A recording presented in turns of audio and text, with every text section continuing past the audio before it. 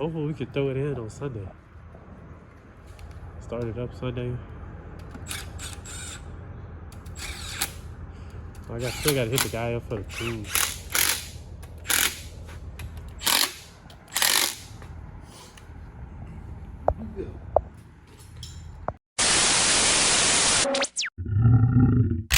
Alright y'all, let me catch y'all up on what's going on.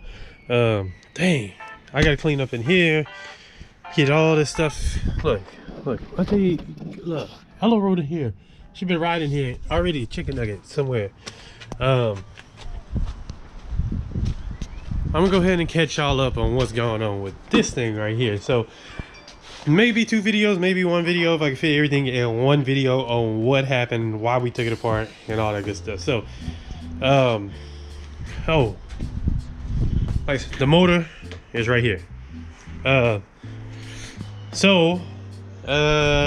don't even know where to start, because, and the thing is, I have video of taking it apart, what it looked like when we first took it apart, what happened, what was in it, and all that stuff, and it all just got corrupted. So first thing first is, I started off with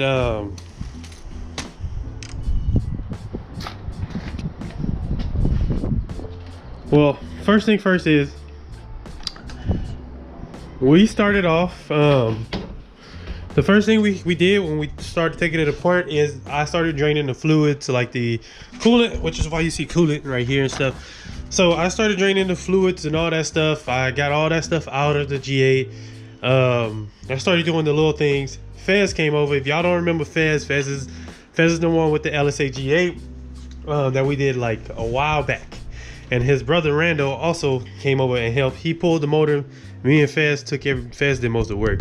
But we took off all the little things, unplugged everything, the harness, all the bolts, all the grounds and all that stuff, the manifold, all that stuff, you know. Got it ready for his brother to come, and he pulled it out, and then Gus did the motor work on it. The reason why there was nothing wrong with the G8, it was riding perfectly fine, no issues, no nothing. I just decided that it was just time to go ahead and do the cam swap, right?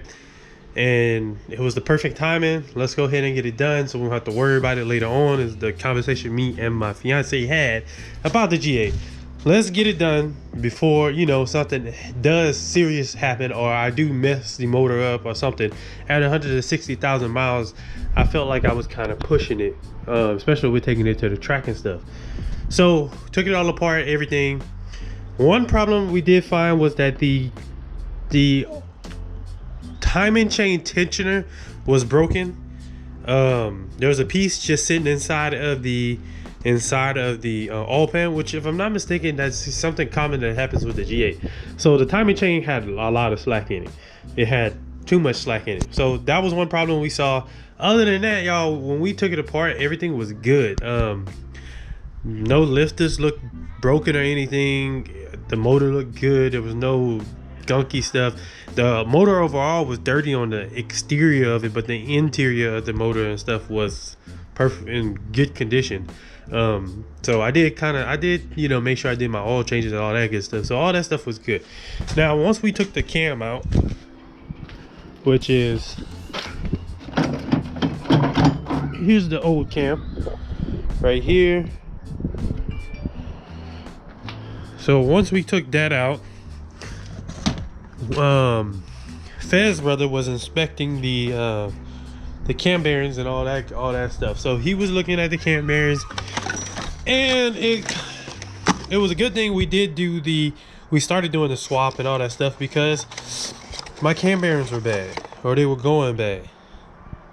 So as you can see the copper in there, and he told me that if you can see the copper in there, that means they're going bad and you got low. Gus told me also that that's from low oil pressure. So and the car had been reading a little lower than normal lately. So that's one. You can see this one right here. See how that one's all ate up and stuff.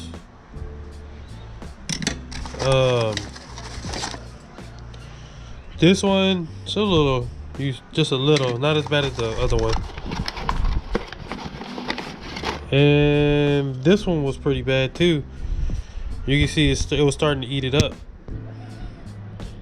See right there.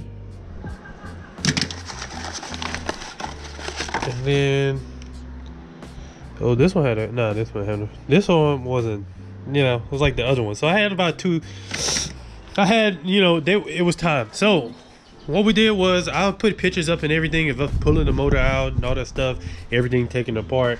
So what we did was after that, we saw that, I decided that we'll go ahead and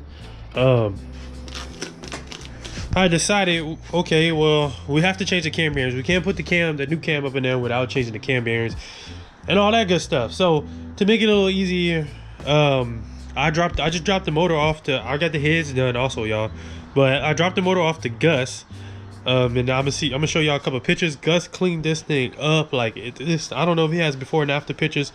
I'm gonna try to see if he has some so I can show y'all what it looked like before. But Gus took the motor completely apart. So if y'all looking for y'all need some work done, make sure y'all hit him up. Y'all get a price for whatever y'all need done. Need a cam swap done, whatever. He pretty much does it all, I think. All his information is gonna be down below. But Gus took it completely apart. Took the pistons out, everything, cleaned everything, inspected everything, made sure everything was good to go.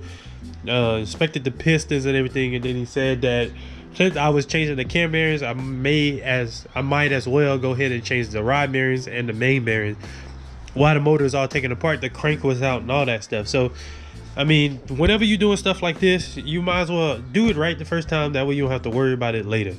So I went ahead and bought the stuff. Now the stuff for that was actually not even expensive, and I would recommend if you doing a cam swap or whatever, and you can.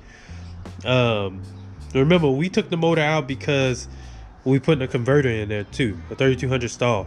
So if you can, I mean, you might as well go ahead and freshen up the bearings and put new bearings and all that good stuff too.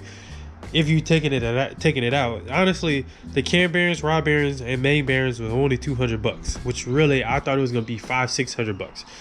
So, which honestly, $200 for all that really ain't much, just to have a peace of mind and say, hey, you know, it's done. So once I got all that stuff, I had to go to Texas Speed. They didn't have one of the parts, had to order from somewhere else. Once I got all that, brought everything back, we dropped the motor off to Gus, and Gus went ahead and reassembled it and everything. I got a new harmonic balancer. He put the LeTrainiump kit on here and all that good stuff.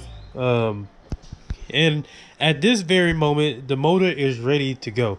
I'll show y'all a video right quick with him priming it. He just making sure that it had all pressure and make sure everything is lubricated for us to go ahead and put it back in.